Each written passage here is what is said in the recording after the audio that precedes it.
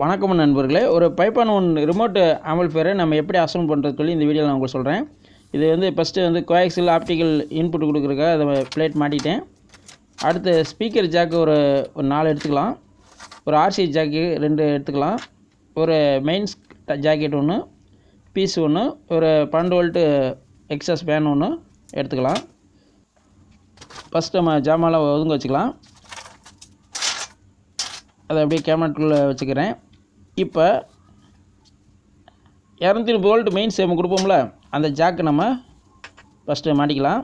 மாட்டுறதுக்கு முன்னாடி 2 ஸ்க்ரூ போட்டு அதில் ஒரு நட்டு போட்டு ஸ்க்ரூவை நிப்பாட்டிக்கலாம்.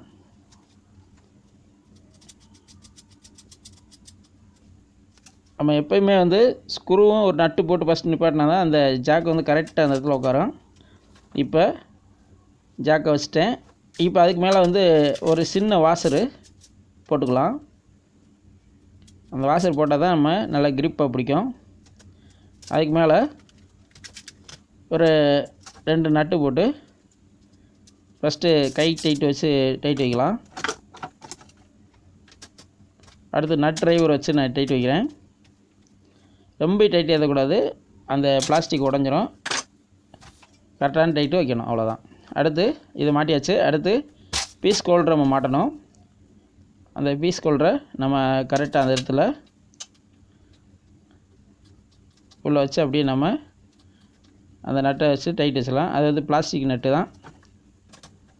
ஒரு நோஸ் பிளேயர் வச்சு அதை டைட் வச்சுக்கலாம். அடுத்து முடிஞ்சிச்சு. அடுத்து ஸ்பீக்கர் ஜாக்கு வந்து நம்ம மாட்டிக்கலாம். இது வந்து ஃப்ரண்ட் லெஃப்ட் ரைட்டுக்கு இப்போ நான் உங்களுக்கு மாட்டுறேன். அதில் 2 ஸ்க்ரூ போட்டுக்கலாம்.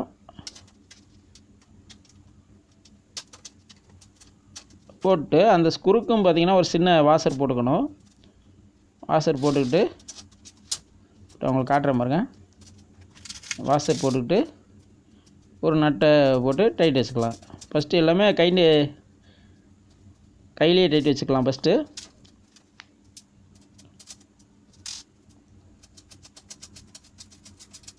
நட்டை போட்டு டைட் வைக்கிறேன். இப்போ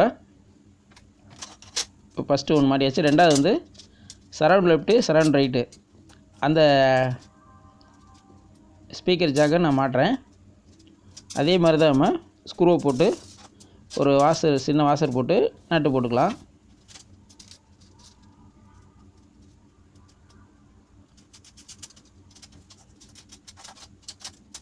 இது வந்து வாசர் போடாமல் நட்டு போட்டு போட்டோம்னா நாளடைவில் அது வந்து அந்த பிளாஸ்டிக் வந்து உடஞ்சிருது. அதனால் சின்ன வாசர் போட்டுக்கிறது நல்லது. இப்போ அடுத்து சென்டருக்கும் சப்புக்கும் உள்ள ஸ்பீக்கர் ஜாக்கு மாட்டுறேன். அதுக்கு 2 ஸ்க்ரூ நட்டு போட்டு நம்ம டைட் வச்சுக்கலாம்.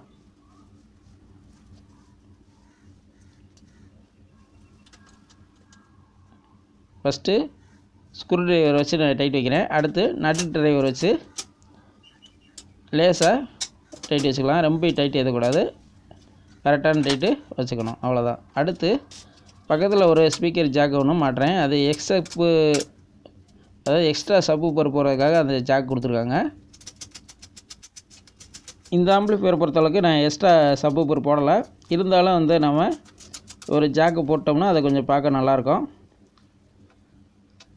இது நான் வீட்டுக்கு செய்கிறனால எனக்கு அந்த எக்ஸ்ட்ரா சப்பு தேவையில்லை. எனக்கு ஒரு சப்வூஃபர் 12 இன்ச்சு தான் நான் யூஸ் பண்ண போகிறேன். சரி, இப்போ ஸ்பீக்கர் ஜாக்கு மாட்டியாச்சு. அடுத்து அந்த RC ஜாக்கு 6 பின் வரும்ல, அதை நம்ம மாட்டிக்கலாம். அதுக்கு வந்து ஸ்க்ரூ பார்த்திங்கன்னா சின்ன டைப்பில் ஸ்டார் ஸ்க்ரூ நான் வச்சுருக்கேன். அதை நான் போட்டு டைட் வைக்கிறேன். கரெக்டாக அந்த ஹோல்ஸுக்கு கரெக்டாக இருக்கும். ரொம்ப பெரிய ஸ்க்ரூலாம் போடக்கூடாது. போட்டால் அந்த உள்ள அந்த பிளாஸ்டிக் வந்து உடஞ்சிரும். அதனால் அது கரெக்டாக அதுக்கான ஸ்க்ரூவை வாங்கி வச்சுக்கணும். இப்போ மேலே இருக்க ஜாக்கை டைட் வச்சாச்சு. கீழே வந்து இப்போ RC ஜாக்கை வந்து நம்ம டைட் வச்சுக்கலாம். இப்போ கீழே நான் டைட் வைக்கிறது வந்து 5.1 அனலாக் இன்புட்டு. ஆனால் நான் வந்து இந்த ஆம்பிளிஃபையர் பொறுத்தளவுக்கு நான் ஆப்டிக்கல் கோஆக்சல் போர்டு போடுறதுனால அந்த கீழே இருக்க ஆரம் வந்து டம்மியாக தான் இருக்கும். இருந்தாலும் நம்ம ஒரு ஆர்சி ஜாக்கை போட்டு வச்சுக்கலாம். இப்போ அடுத்து வந்து 12 வோல்ட்டு எக்ஸாஸ் ஃபேன் நம்ம கனெக்ஷன் கொடுக்கணும். இது எப்போயுமே அந்த ஸ்டிக்கர் ஒட்டி இருக்கிறது வெளியே பார்த்துருக்கணும். அப்போ தான் ஏர் வந்து வெளியே தள்ளுற மாதிரி தான் நம்ம எப்போயுமே கேமராட்டை ஃபிட் பண்ணணும். அது எப்போ ஃபிட் பண்ணுறதுக்கு முன்னாடி ஃபஸ்ட்டு ஒரு ஸ்க்ரூ நட்டு போட்டு அந்த இடத்துல போஸ்ட் மாதிரி நிப்பாட்டணும். வெறும் ஸ்க்ரூ மட்டும் போட்டு நம்ம அப்படியே அந்த ஃபேனை வந்து கேபினெட்டில் ஒட்டிட்டோம்னா அந்த ஏர் வந்து கரெக்டாக வெளியே போகாது. அதனால் ஒரு நட்டு போட்டு கொஞ்சம் சின்ன கேப் இருந்தால் தான் அந்த ஏர் வந்து நல்லா ரிலீஸ் ஆகும், வெளியே போகும். அதனால் ஒரு 4 ஸ்க்ரூ நட்டு போட்டு ஃபஸ்ட்டு நான் நிப்பாட்டிக்கிறேன். ஸ்க்ரூ வச்சு நம்ம டைட் வச்சுக்கலாம். 4 ஸ்க்ரூ அதே மாதிரி நல்லா டைட் வச்சுக்கலாம். இப்போ டைட் வச்சாச்சு. இப்போ வந்து அந்த 12 வோல்ட்டு நான் ஃபேனை இப்போ ஃபிட் பண்ணோம்னா கரெக்டாக அந்த இடத்துல கரெக்டாக உட்காந்துரும். இப்போ ஒரு நட்டு போட்டு ஒவ்வொரு நட்டு போட்டு மொத்தம் 4 சைடும் மொத்தம் டைட் வச்சுக்கலாம். ஃபஸ்ட்டு கை டைட்டாக வச்சுக்கலாம் ஃபஸ்ட்டு. ஆனால் அந்த கீழே போகிற நட்டு கொஞ்சம் கஷ்டமாக இருக்க மாதிரி தெரியும். ஆனால் அதுக்கு ஒரு ஐடியா நான் சொல்கிறேன் பாருங்கள். இது பாருங்கள், அந்த ஸ்க்ரூவில் மேக்னெட்டு ஃபீல்டு உட்கார வச்சு அப்படியே அந்த நட்டை டைட் வச்சுக்கலாம். இப்போ டைட் வச்சுக்கிறேன். இப்போ 4மே வந்து கை டைட் வச்சாச்சு. இப்போ அடுத்து நோஸ் பிளேயர் வச்சு லேசாக டைட் வச்சுக்கலாம். எல்லா ஸ்க்ரூ அந்த 4 ஸ்க்ரூவும் நல்லா டைட் வச்சுக்கலாம்.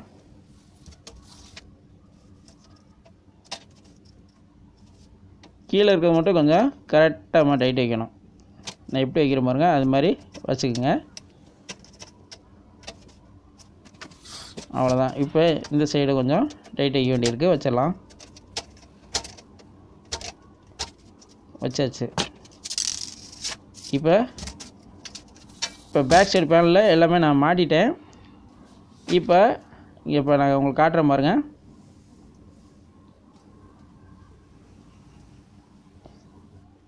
இப்போ பேக் சைடு பார்த்தீங்கன்னா இப்போ பேக் சைடு லுக்கு எப்படி இருக்குன்னு பாருங்கள். இப்போ அந்த மெயின் ஜாக்கெட்டு பீஸு, அடுத்து speaker jack, fan, digital input அதாவது கோஆக்சியல் ஆப்டிக்கல் போர்டு வைக்கிறதுக்கு போர்டு மாட்டியாச்சு, ஆர்சி ஜாக்கு மாட்டியாச்சு. கீழே வந்து இப்போ கோல்டன் புஷ்ஷு 4 போட்டுட்டேன். இப்போ நம்ம இந்த பேக் சைடு பேனல் மாட்டுறது நம்ம பார்த்துருக்கோம். அடுத்த வீடியோவில் உள்ள பவர் சப்ளை மாட்டுறது இதெல்லாம் நம்ம அடுத்தடுத்த வீடியோவில் வரும். நன்றி, வணக்கம்.